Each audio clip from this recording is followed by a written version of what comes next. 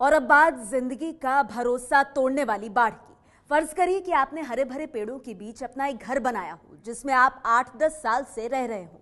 घर से कुछ दूरी पर नदी बहती हो और सुबह आंख खुलते ही घर की नींव गायब हो जाए, तो आप क्या करेंगे? पश्चिम बंगाल के पश्चिमी मिदनापुर जिले में ऐसा ही कुछ हुआ है। घर में रहने वालों की किस्मत अच्छी थी कि किसी की जान नहीं गई।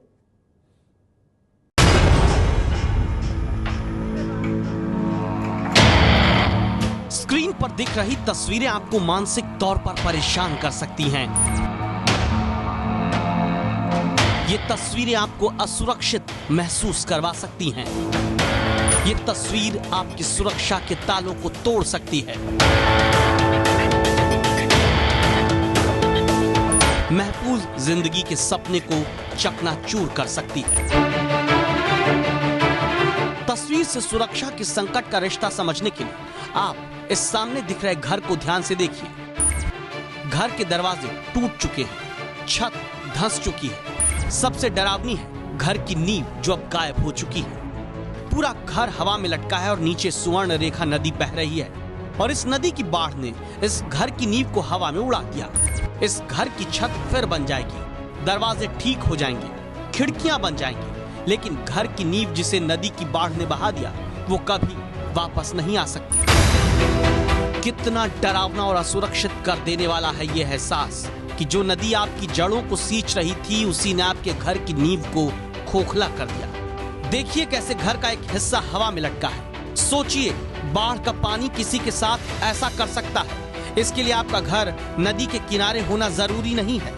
घर का जो हिस्सा बचा भी है उसमें भी दरारें आ गई हैं। देखिए कैसे सुवर्ण रेखा नदी में आई बाढ़ ने जमीन को काट दिया है। घर की फर्श के नीचे जहां से नदी दिख रही है वहां कभी दीवार और जमीन रही होगी, पर अचानक गायब हो गई। सोचते ही रीढ़ की हड्डी में सुरसुरी सी दौड़ जाती है, रोंगटे खड़े हो जाते हैं। दातन तहसील की ये तस्वीरें गवाही दे रही हैं कैसे बाढ़ इंसानों के पैर के नीचे से जमीन खींच लेती है। पिछले 8 साल से जिस घरौंदे में रह रहे थे वो पल भर में बिखर चुका है। अब ये लोग एक नया घर बनाने में लगे हैं। इन्हें पता है कि इनकी मदद के लिए न तो कोई विधायक आएगा और न कोई सांसद। सीएम और पीएम की बात तो बहुत दूर है, इसलिए पुराने घर को भूलकर नए घर बनाने में जुट गए हैं।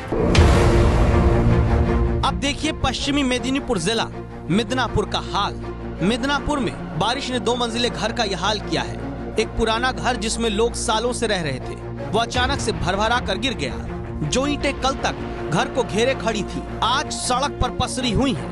आपको बता दें कि 6 अगस्त को पश्चिमी मेदिनीपुर जिला में 57.6 मिलीमीटर बारिश हुई, जो सामान्य बारिश से 357% ज्यादा है।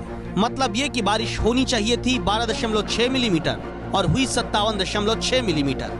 जबकि इस साल मानसून में पश्चिमी मेदिनीपुर जिले में 543 मिलीमीटर बारिश हुई है। पश्चिम बंगाल में इस साल मानसून से 12 जिलों के 1270 गांव प्रभावित हुए हैं। 29 जुलाई तक पश्चिम बंगाल में 116 लोगों की मौत हो चुकी है, जबकि 547 घर पूरी तरह से और 6,709 घरों का कुछ हिस्सा बर्बाद हो गया है। पश्चिम बंगाल में करीब 1,62,000 लोग बाढ़ और बारिश से प्रभावित हुए हैं। ये है एबीपी न्यूज, आपको रखे आगे।